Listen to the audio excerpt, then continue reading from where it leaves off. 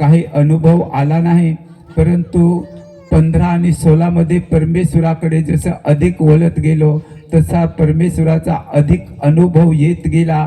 आणि खरोखर माझ्या प्रिय बहिणीनं भावनो, पहिल्या सुरुवातीला माझ्या प्रिय बहिणीनं मी, आई आणि बाबा एवढे तिघजण आणि संजयची 2 लहान लेकरं त्यांना आम्ही घेऊन जायचं माझ्या प्रिय बहिणीनं भावनो. तेव्हा माझ्या कुटुंबामध्ये सैतान कार्य करत होता, परंतु थोडकी सुरुवात माझ्यापासून झाली माझ्या प्रिय बहिणीनं भावनो.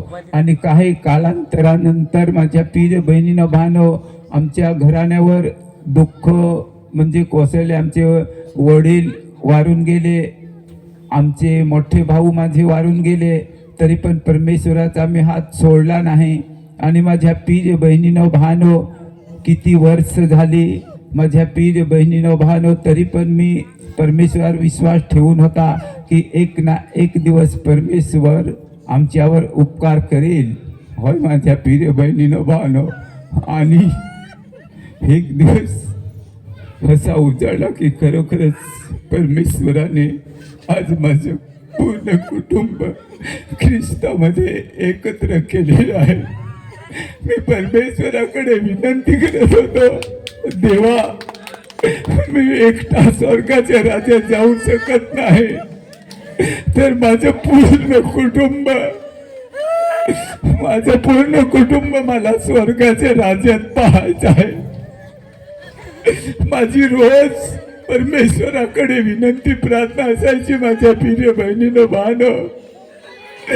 त्या सैतानाशी मी आत्मिक युद्ध करत होता, रात्र दिवस त्या सैतानाशी लढत होता. प्रार्थनेद्वारे मी सैतानाशी लढत होता माझ्या प्रिय बहिणीनं भावनो. परमेश्वरा, मला एकट्याला स्वर्ग पाहायचा नाही, तर माझं पूर्ण कुटुंब मला स्वर्गाच्या राज्यात पाहायचं आहे. माझी कधी वर्ष गेली माझ्या प्रिय बहिणीनं भावनो. 1 वर्ष, 2 वर्ष, 3 वर्ष, 4 वर्ष, 5 वर्ष लोटले गेले. सैतान निराश करत होता, परंतु माझ्या प्रिय बहिणीनं भावनो, शेवटी विजय आमचा खास झाला. परमेश्वराने माझ्या प्रार्थनेला माझ्या प्रिय बहिणीनं भावनो उत्तर दिले. कारण निर्मया 33:3 मध्ये परमेश्वर बोललेला आहे, मला हाक मार म्हणजे मी तुझ्या प्रश्नाला उत्तर देईन.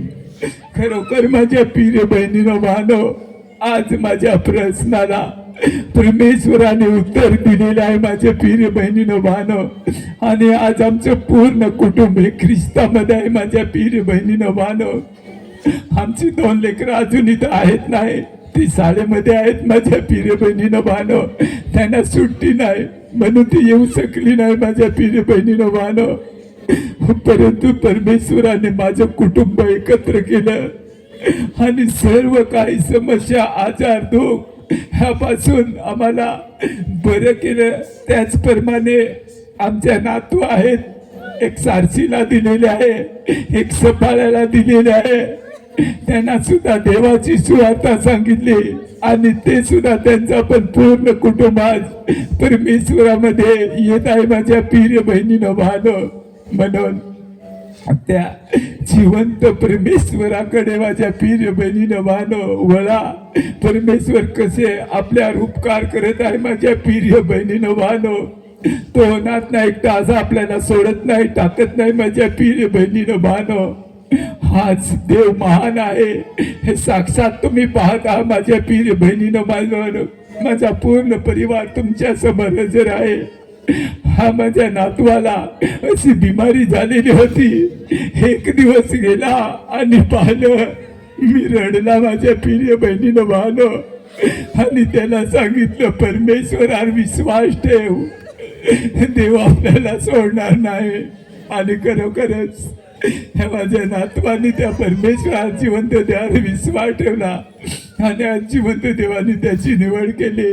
हा माझा मुलगा आहे माझ्या प्रिय बहिणीनं भावनो.